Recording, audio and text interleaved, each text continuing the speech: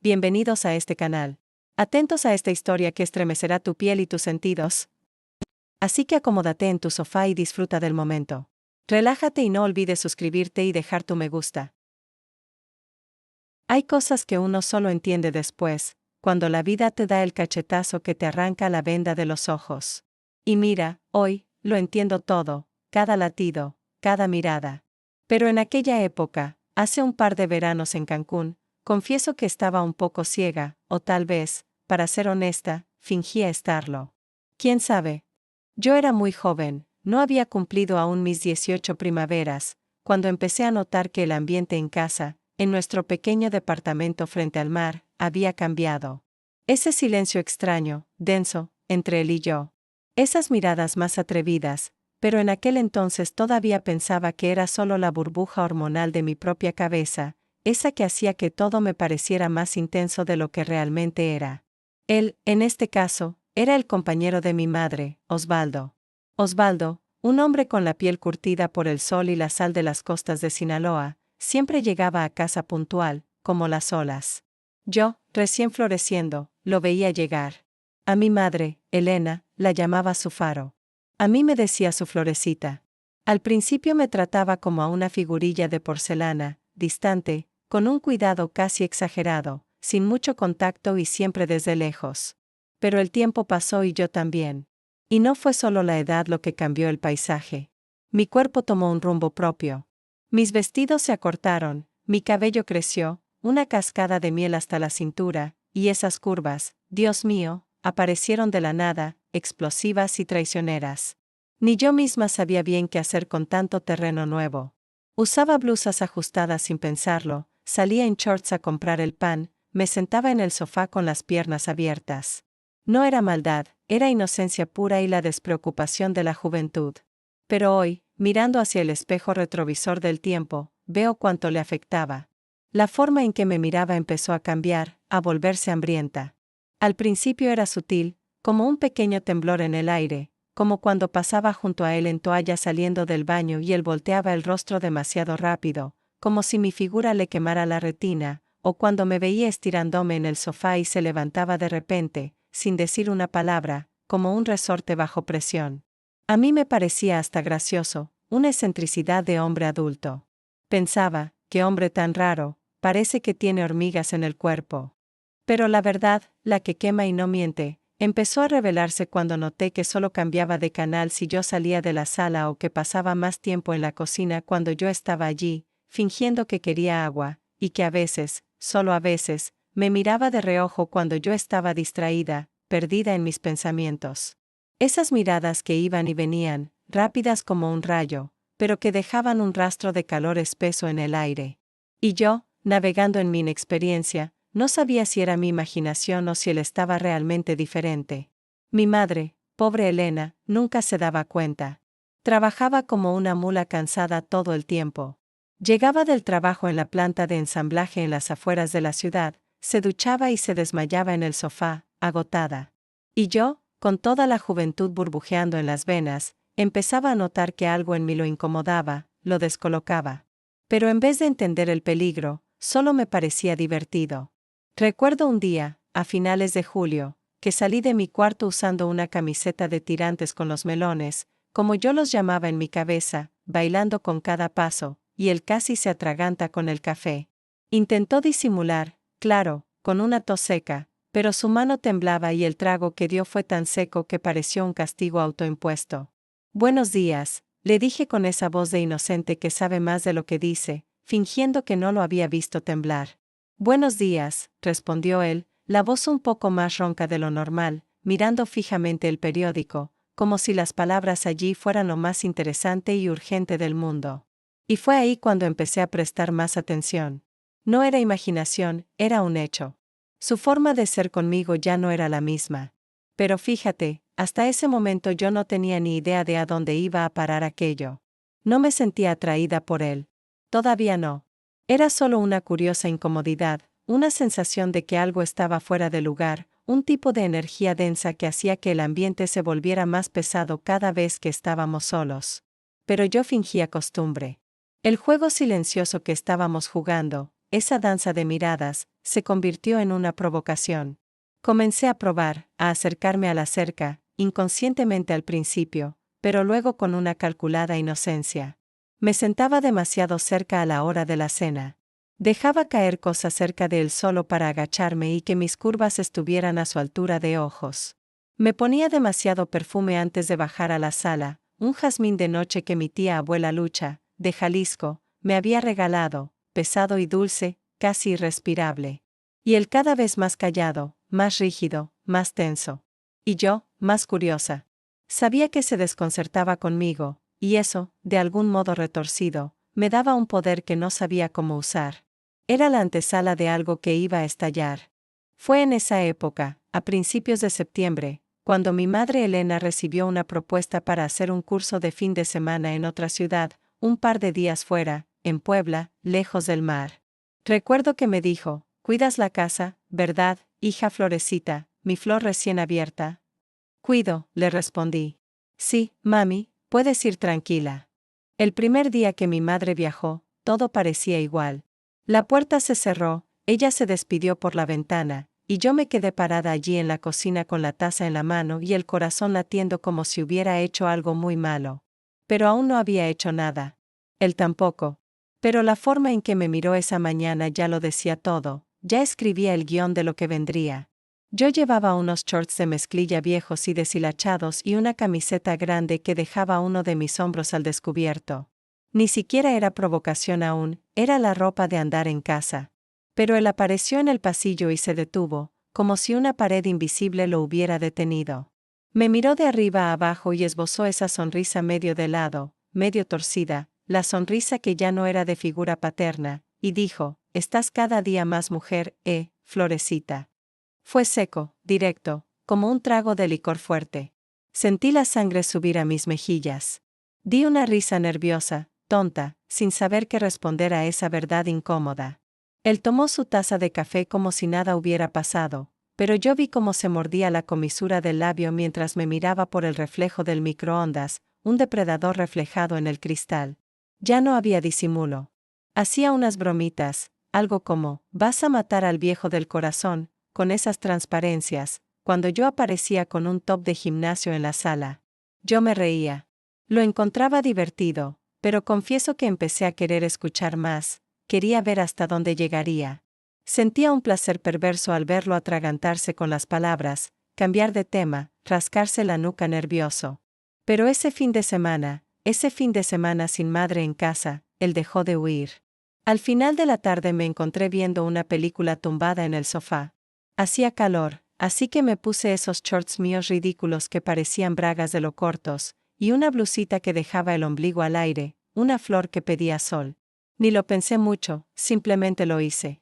Él entró en la sala y al verme se detuvo en la puerta. Juro que hasta el ventilador se quedó en silencio, temiendo interrumpir la tensión. «Me vas a matar», dijo de repente, casi riendo, pero con la voz tan baja que era un susurro en mi piel. Yo lo miré de reojo riendo también, con esa bravuconería de la juventud. «¿Qué? Es solo ropa, Osvaldo. ¿Nunca has visto un ombligo antes, o sí?» Se mordió el labio de nuevo.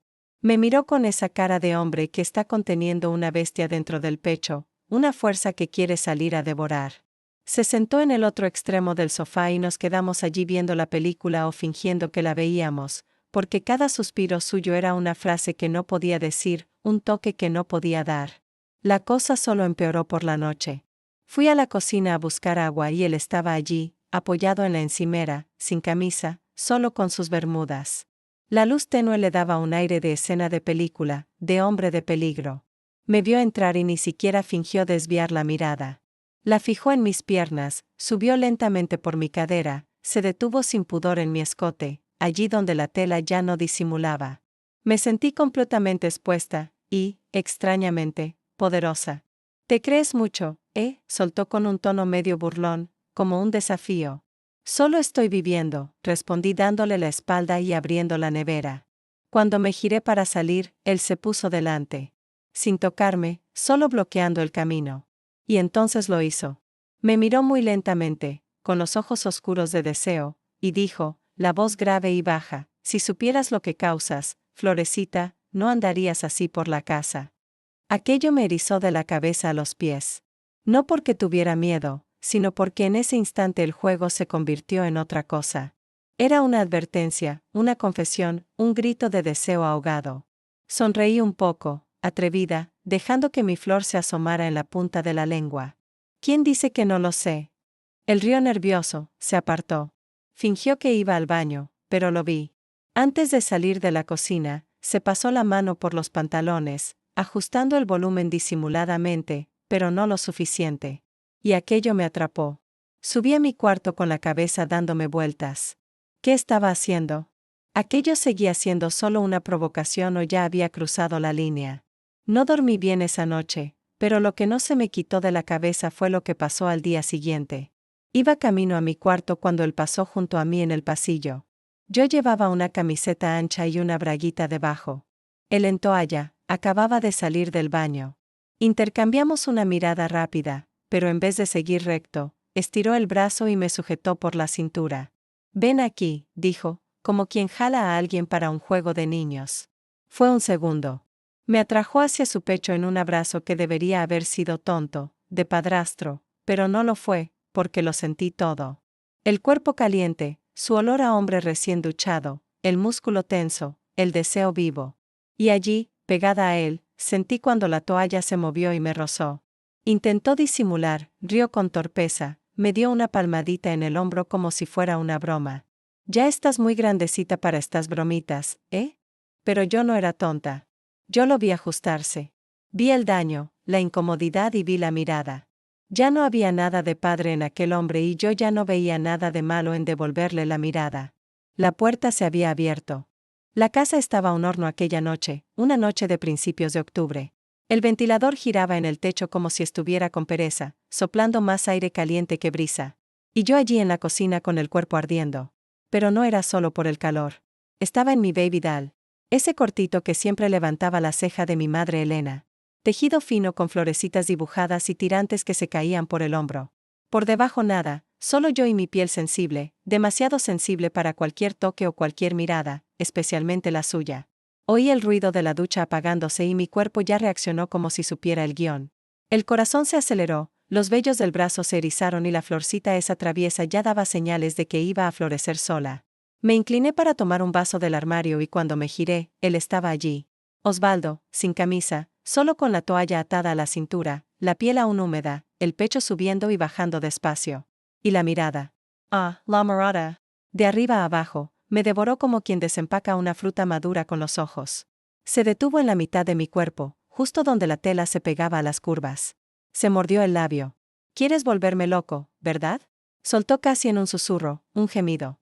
«Solo estoy tomando agua», respondí fingiendo inocencia, pero sabiendo exactamente lo que mi cuerpo estaba diciendo sin palabras. Él se acercó despacio.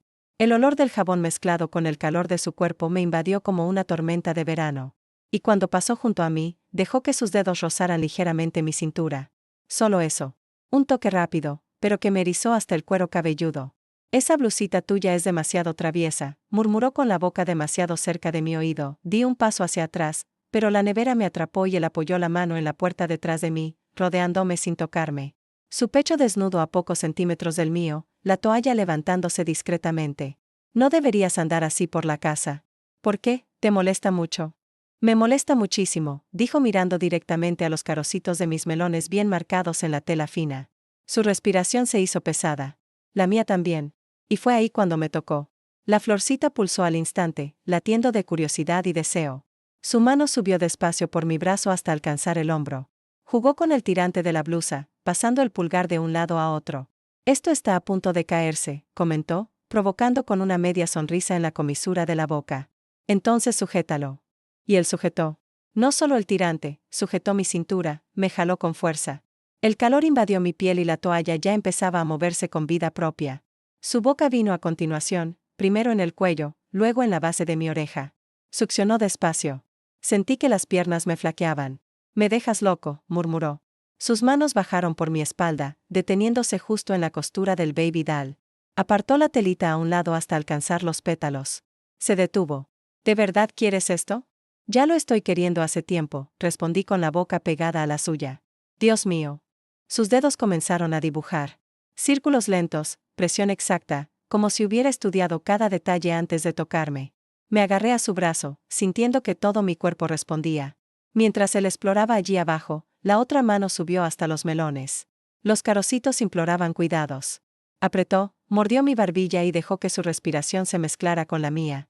«Estás entregada, ¿verdad?» Desde hace tiempo, susurré, ya sin fuerzas para esconder nada. La toalla cayó. Me giró. Me pegó a la encimera. La punta de sus dedos recorrió la línea entre mis piernas, subiendo y bajando, explorando, provocando. La presión aumentaba con cada movimiento. Mi cadera ya se movía sola, pidiendo, buscando. Y entonces llegó, despacio, hasta que la florcita entera floreció, recibiendo como quien recibe algo esperado durante años. Yo temblaba, gritaba abajo, los ojos cerrados, los dientes apretados en el labio. Su mano bailaba en mí como si supiera todos los ritmos. Y cada toque era una promesa, un pecado, un grito atrapado. Él me giró de nuevo, me miró fijamente. «Esto no tiene vuelta atrás». «Ni quiero volver», respondí. Y en ese instante, antes de que cualquier otra cosa sucediera, él me besó. Un beso largo, caliente, con la lengua pidiendo permiso y el cuerpo diciendo sí. Todo dentro de mí gritaba por más y yo lo sabía. La próxima noche no tendría más frenos. El beso aún quemaba en mis labios cuando él se apartó, pero no mucho. Solo lo suficiente para mirarme a los ojos, como si estuviera leyendo lo que yo pensaba. Y si él realmente hubiera sabido lo que se pasaba aquí dentro, me habría tomado allí mismo sobre la encimera de la cocina, pero dudó por un segundo. «Nos vamos a arrepentir de esto», susurró con la mano aún en mi cintura. «Si me tengo que arrepentir, que sea con el cuerpo temblando», respondí, dejando que la frase se me escapara de la boca como miel caliente. Él cerró los ojos y respiró hondo, como si estuviera intentando rezar por dentro, pero su fe se había ido hacía tiempo. Bastó con que deslizara los dedos por su vientre, trazando la línea que se perdía debajo del ombligo para que perdiera el juicio de una vez. Me tomó en brazos con una fuerza que parecía contener meses de deseo guardado. Me llevó hasta el sofá, pero la manera en que sus manos se paseaban decía lo contrario. Tenía hambre. Sus manos subieron por mis piernas como fuego subiendo por pasto seco, firmes, directas. La tela del baby doll ya se había vuelto nada, un estorbo. Mi cuerpo se curvaba y cada toque parecía un comando secreto entre piel y deseo. Él se posicionó. «Eres peligrosa», dijo, pasando la nariz por mi mejilla hasta alcanzar mi oído. «Y tú ya te quemaste», respondí, arqueando la espalda al sentir el volumen allí. «Alerta, Florecita, ¿estás sintiendo cuánto te deseo?» «Sí, lo estoy sintiendo y quiero más». Él jaló el tirante de mi blusa con los dientes, despacio, como quien desenvuelve su dulce favorito. Los carocitos de los melones saltaron libres, puntiagudos, listos. El placer era lento, construido con crueldad, como quien da una gota de agua al sediento. Y él lo sabía. La florcita ya se contorsionaba, pero él continuaba en ese juego sucio de provocación. «Estás lista, ¿verdad?» «Estoy más que lista», respondí, clavando mis uñas en su espalda. «Estoy esperando desde el día en que me miraste diferente por primera vez». Su respiración se volvió desacompasada, la frente pegada a la mía, el cuerpo entero pulsando. Y entonces llegó con fuerza. No fue invasivo, fue caliente, firme y encima torturante, porque solo rozaba. Se acercaba un poco y se detenía como si el tiempo fuera cómplice. «Di qué es lo que quieres», murmuró. «Lo quiero», respondí. «Lo quiero todo, ahora». Fue allí donde se soltó. Los sonidos de la sala ahora eran otros, suspiros, gemidos, chasquidos de piel contra piel. Los melones balanceaban con el movimiento. Sus piernas me sujetaban como si tuvieran miedo de que escapara. Pero yo no iba a huir. Nunca quise tanto quedarme. Mi nombre en su boca sonaba sucio y hermoso al mismo tiempo. Y yo decía su nombre como quien reza, como quien suplica, como quien se pierde en medio de la carretera y disfruta el camino.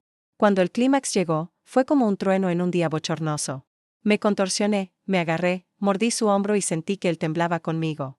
Los dos en silencio, jadeantes, sudorosos, pegados como si fueran una sola cosa. Tardamos en movernos. Él se tumbó a mi lado, me jaló cerca. Su mano aún acariciaba mi cintura, ahora más suave. Su pecho subía y bajaba despacio, y la mirada era otra. «Nos pasamos de la raya», dijo. «Nos pasamos la línea, la pared y la puerta», respondí. «Y sabes qué, estoy adorando la vista del otro lado».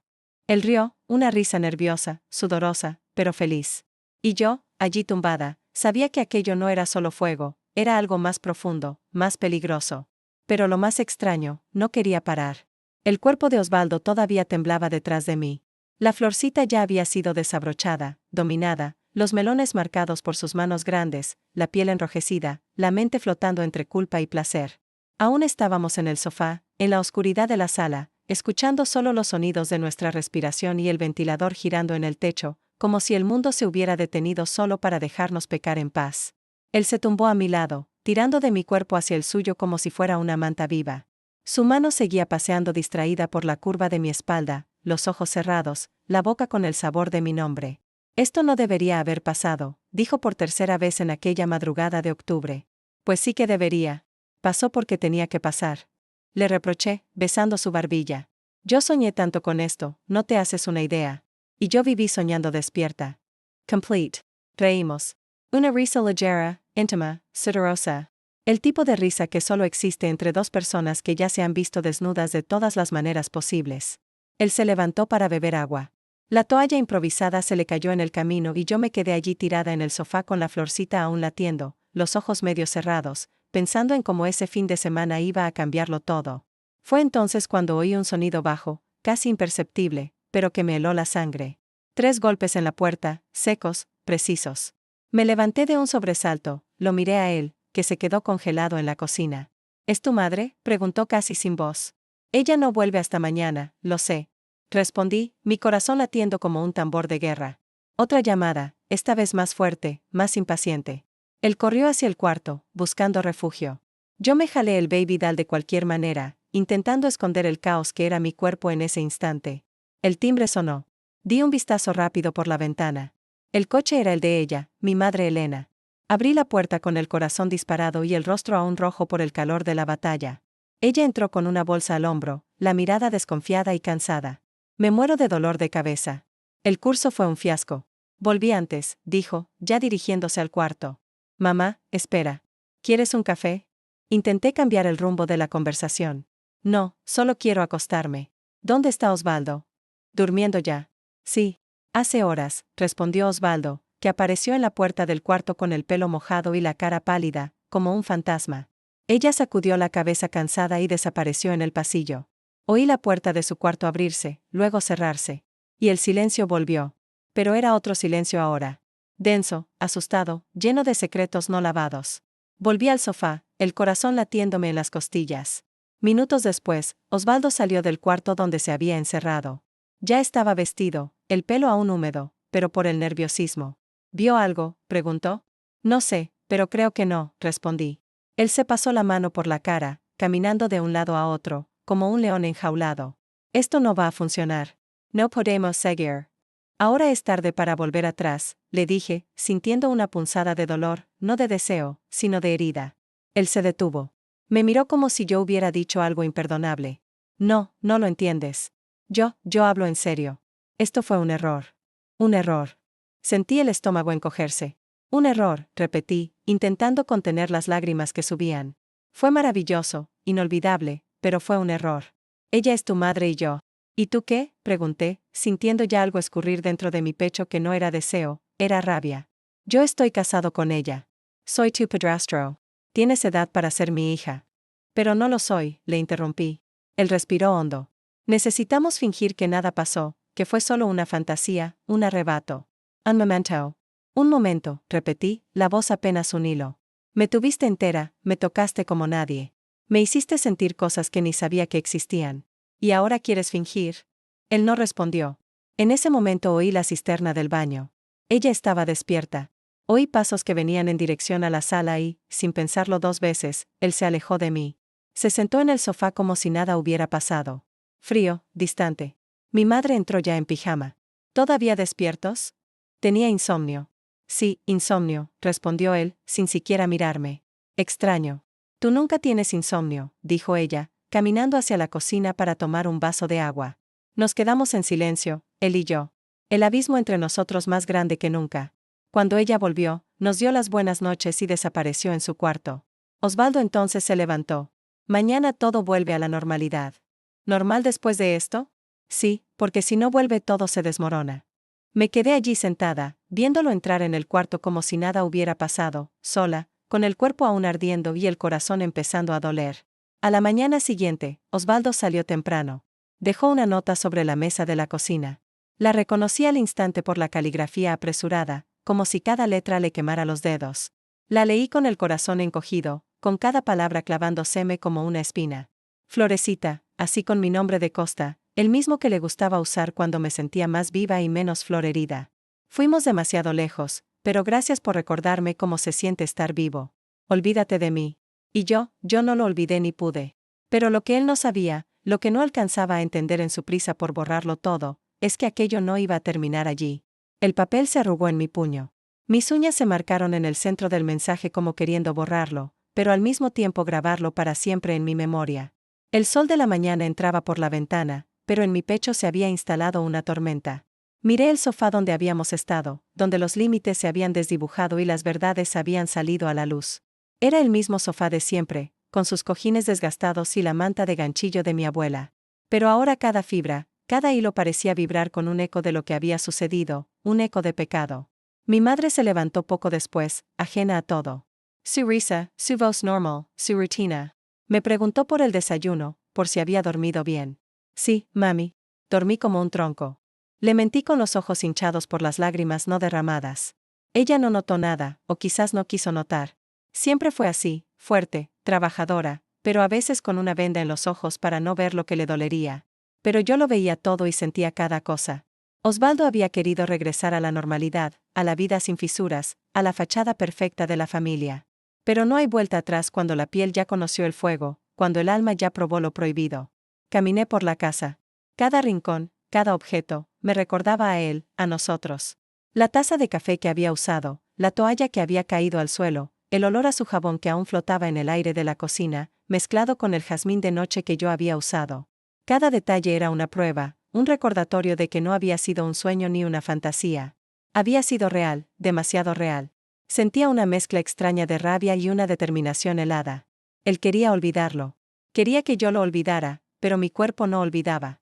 Mi corazón no olvidaba y mi mente ya estaba maquinando. No iba a dejar que un error se borrara así sin más. No cuando me había abierto a algo que ni siquiera sabía que buscaba. Él pensó que había puesto un punto final. Yo sentía que apenas había comenzado el verdadero relato.